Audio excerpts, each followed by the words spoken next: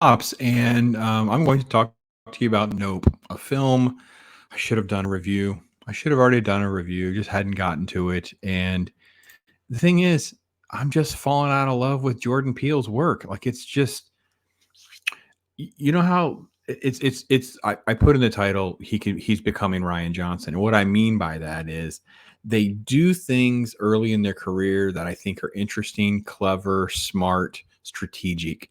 And then they think they're still smart and clever and strategic, and they basically are just producing nonsensical tripe, political or social overtones. It's all just heavy-handed nonsense. But for some reason, critics and people keep propping them up like they're good, and I don't understand it. And Nope is definitely an example of an overrated, pathetic excuse of a money grab film. This is crazy. It was so misadvertised, and people are expecting something, maybe a horror film, something really, really gripping, something very interesting, something that's challenging social commentary and norms. And you've heard people praising Keke Palmer's performance. She should win an award and whatever. And I'm like, I don't know what movie they watched.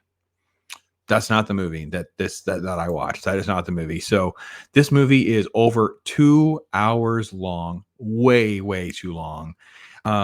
I normally do sort of a play by play and go through the film with you. I have no desire to do that. This film, the first, okay, so the film, let's break it into big chunks. Characters. Okay, so we get a great nod, by the way, great role. Keith David, by the way, love Keith David. The Thing, he's the Franks and Beans dad, and they'll say something about Mary. They Live, just a great actor, right? He's the dad. Keke Palmer and Daniel, I try to say the name as close as I can, Kaluuya, their brother and sister. Anyway, the dad dies. It's like this weird, spontaneous power thing that happens. A horse acts crazy, and next thing you know, stuff's falling from the sky, and a coin, kid you not, a coin kills the dad. You're like, okay. So they inherited this ranch, and this ranch is a horse ranch where they raise and train horses for the film and TV industry.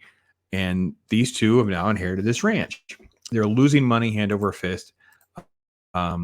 Otis Jr., he goes by OJ, and I kid you not, the OJ is there, I believe, only because they have to have this stuffy looking white woman make a comment about his name. Like the overt portrayal of the white people as being like these awful humans is so transparent, Jordan Peele. You're not really fooling anybody. And if that's what you're going to do with your characters and your writing, just, stop pretending that's not what you're doing, because that's what you're doing. You're just demeaning white people. You're sneering at people who portraying everyone in your film as just being these intolerant, rude individuals, right? Keke Palmer is completely this snarky. She plays it as though she's way younger than her character is. Like she's played up like she'd be like a 19 to mid 20s year old, like real young, talks like she comes out of the inner city. She has no interest in running this ranch. She's all these little side hustles like a Hollywood spoiled brat would have. When we meet her on set where they're doing this scene with this horse, she's given this long rant about the first black dude on a horse and this stunt man and all this other nonsense. It's like lecture, lecture, lecture, lecture, lecture. And if you, again, Jordan Peele, if you think that you're righting the ship about the injustices of Hollywood and the racism of Hollywood and the things that Hollywood has done in the past, but you're lecturing all of us about that, I don't want to be the one to tell you this, but it's falling on deaf ears. Like we're fine. I mean, that's great. If you want to fact check it, that's fine. I could care absolutely less. And it's just wasted time and energy out of her mouth. It does nothing for me. She's inherited this, what would be a multi-million-dollar ranch, right? Out of the blue. She still acts like a spoiled child that wants to do whatever she wants to do when she wants to do it. And her motivation is because when she was young, daddy promised her this certain horse. But at the day she was supposed to get it, he got this gig that the horse could be in. And they're out there training the horse, and he couldn't even make eye contact because he wronged her. And then he's making money off the horse that he was going to give her. It's her horse. And because of that, that's the only backstory motivation that we get out of this selfish brat woman who just cusses like a sailor. She wants to drink, smoke pot, just live this frivolous life. Like, and she's kind of the comic relief. But basically, she just runs around being this black stereotype out of the inner cities. It's completely one dimensional. We've seen it a million times. It is very uninteresting. Daniel Kaluuya's character at least has a bit of the good man syndrome, even though they play him as like the stoic black dude.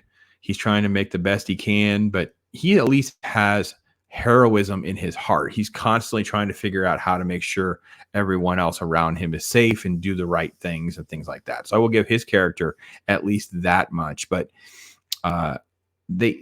Jordan interjects these chapters of these horse names like Ghost, right, or animal names. We'll get to the other animal, right? So we get these Lucky, right? We get these different horse names. But the premise of the show, and we're having all these problems, is out of the blue they start witnessing what are all these phenomena, and the phenomenon is basically a UFO, right? That's what they see, this disc, and it manifests itself to the audience really early on that we are definitely seeing something. There's actually something there, and it kind of hides in a cloud. Right? It comes in, it's feeding on horses, it's dropping things afterwards or whatever it's doing. We don't totally understand what it's doing, why it's doing it, why this area, why it can't go somewhere else. We get nothing. It's just this brainless entity that's doing this, right? Their strategy is how much money they can make off if they could just get a photo of this, but it negatively affects the electronics. They're like, blackouts. It creates some sort of like electric magnetic pulse or something that is preventing you from using normal technologies. They try different ways. They meet a guy in an electronics store who comes out and helps them do all of this, and nothing goes right. Now, the other character, as you can see in their post, their marketing is Steven Yeun. Steven Yeun from Walking Dead, right? He runs this nearby ranch. He's been buying OJ's extra horses after the dad died, offers to buy the ranch. We don't know how much. And he's running this little carnival theme park type thing. He's on to the supernatural element of this UFO. He has this story and he's trying to make some money off of it. Okay, what doesn't work, and I don't even understand the point of this. Steven Yeun is like a child actor, and he was on the set of this show, and the show involved a chimp. His name is Gordy. We have a quick flash early. We go through the movie. We have a couple different scenes, and the chimp snaps, and he witnesses this entire process of it attacking and brutally murdering other actors and actresses on the set. So this chimpanzee is covered in blood, and at one point, you see graphic stuff. He gets really close where it's identified. His name is Jupe. Gets really close. He's going to get to him, and that's when the authorities had arrived and they kill him, and it just splatters. So we just had to have this CGI chimp brains blow out, and that's it. So I don't understand what the metaphor is. What value does any of that have to the plot or these two characters? Like, it doesn't. I mean, he's the rancher, and that's his backstory, and he's trying to make. So he has this like secret tribute room that people have paid tens of thousands of dollars to go in or see or something. I don't even know why. I don't even know why you would have it in your room. If it's part of your life and you can make money on it, why would you not have a museum and showcase it and charge people there at the theme park to go in? You'd be better served in some ways, right? Anyway, whatever. None of this is integrated into the UFO story, except the fact that he's going to have this presentation for the members of his theme park. He's got this horse that he just got. He's going to bait this thing. When the thing shows up, it attacks and kills all of them, right? And you basically just have a total murder of all of them. Now, you think there are some premises here that are not bad, right? This thing. Now, I'm going to spoil the next section because you have to get with me here. Because a lot of this stuff took like an hour to get there. We learn OJ just observes enough. He just watches enough things happening that it's not a spaceship. It's an actual organism. And if you don't look at it, it won't hurt you. He likens this to a scene that we had briefly with the horse. Don't look at it directly in the eyes. I mean, we have livestock on my farm and we look at them in the eyes, but his you don't, and this alien you don't. And they don't explain it. They don't explain the territorial elements of this alien. They just don't. It just happens. This is just stuff that's happening. That's literally what they're doing. And their entire strategy is to just exploit it for some money, figure out how to way to take some pictures and make a buck. They even lose track of like their survival elements in some ways before it becomes too late. Like once it becomes completely dangerous and this thing is snuffing out like, dozens and dozens of these, carnival theme park goers. There's blood just flowing down from the skies. This thing, I guess it's almost kind of like, imagine, what we see at like War of the Worlds, where it's just consuming something and the blood's just coming down. It's like, I guess, but like all the coins and all the stuff, things like that. The title comes from this ongoing joke with the way they talk, and that they'll just say, nope, not going to do that. So, like OJ, the best moment was he's caught in the truck. The stuff's falling. He goes to open the door. He thinks there's a pause and something happens. He's like, nope, lock. And he actually ultimately locks the door. Things like that. It's just, it makes no sense. Nothing is ever explained. They have a backstory about this animal, another horse named Jean Jacket. So they just call this thing Jean Jacket, and they decide to reach out to this cinematographer by stealing his number off their call sheet from something that they did in the Hollywood. And he's going to use a non-electric camera. Now, he's possibly one of the best parts of the movie, because it turns out that this is, the long-haired guy from Crow. It's actually that guy. And he actually is pretty good. His voice is real gravelly and stuff. They play him up a little strange. Like, I wasn't real happy with how they played it up, but Michael Wincott does a good job. It was okay. The other character that's a main character, his name is Angel. He's the guy they meet in the little tech store. He's the one that sets up all these cameras. He's sucked into the UFO world and the obsession of all of this, and he's there, and it's fine. None of this is there's enough comedy that there's some levity. There is no horror whatsoever. There is nothing there. It literally are some contrived jump scares, which are fine, but there is no way you can call this movie a horror film. Okay. Now, the stupidity of it all is all they're doing is trying to contrive plans to figure out how they can see the ship in a way they can capture it on film, right? And at the end, as they're doing all of this, right? Because the Michael Wincott character can't be smart. He's like obsessed with the right photo and the magic hour, so he puts himself in harm's way.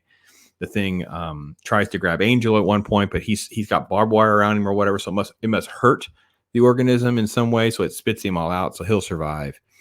But it unwraps into like this giant ribbon octopus monster looking thing, but it still looks like ribbons.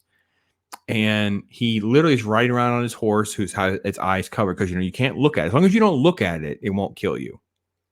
Because and their solution is he distracts it enough by looking at it that she can run to this motorbike, because there's another photographer that he just shows up out of nowhere. Anyway, it's an electric bike, so it stops running. So he gets himself killed and eaten. But she's going to ride it to the carnival theme park place and release this giant balloon that it will think it has to eat because it looks like a face.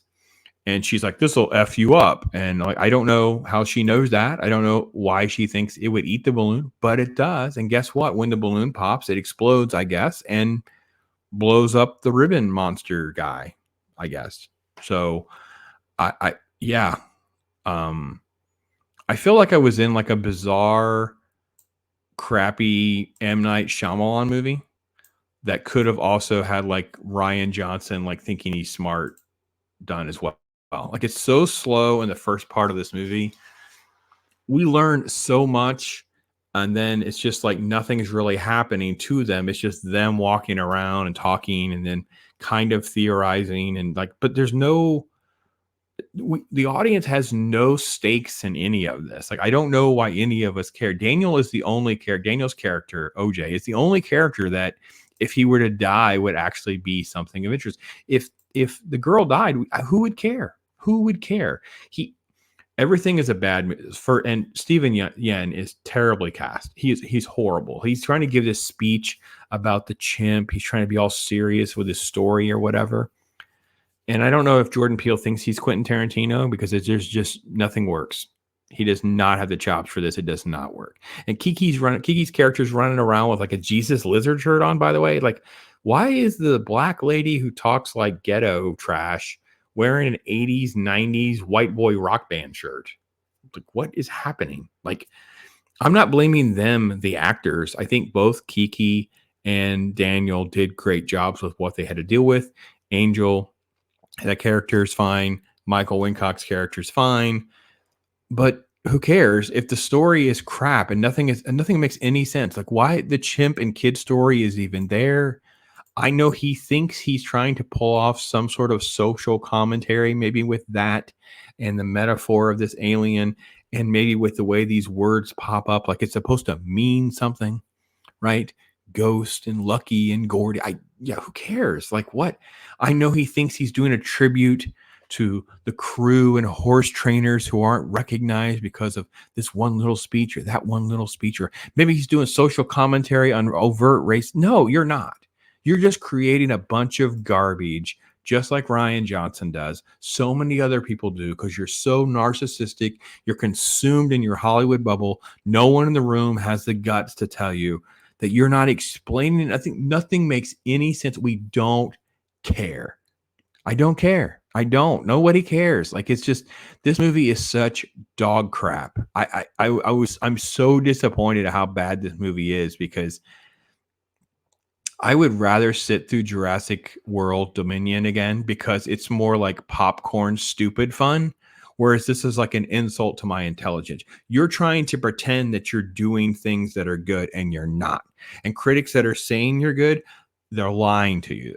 They need to explain to me whys, what is happening and why. It's just things that are happening that are never explained, characters that behave in a way. It's like OJ just happens to be right, that you look at it, it won't eat you. Like, because what? He's a horse trainer? Like, why doesn't it eat him? How does it know what to eat? We don't know where its eyes are. We see this opening, which obviously is the way it sucks people up. And by the way, there's these scenes of people being sucked up inside, and it's supposed to what? Be claustrophobic? We hear screams and muffling before the dumping of the blood. And like, it's just, oh, I hate it. Just, this movie was just, I'm so incredibly disappointed. I don't even have like this major pretense of what I expected it to be. I just didn't like it. I think it's just terrible. So I'm sure some of you love Nope. There's someone out there who right now who thinks I'm a terrible person right now. So those comments are for you. Blow it up. Tell me all about how great Nope is. Keke Palmer's great. Just Jordan Peele's great. Steven Yen's great. This was the best story ever. Fair enough. You tell me. You explain it to me, because I don't get it. It doesn't make sense. It's not on screen.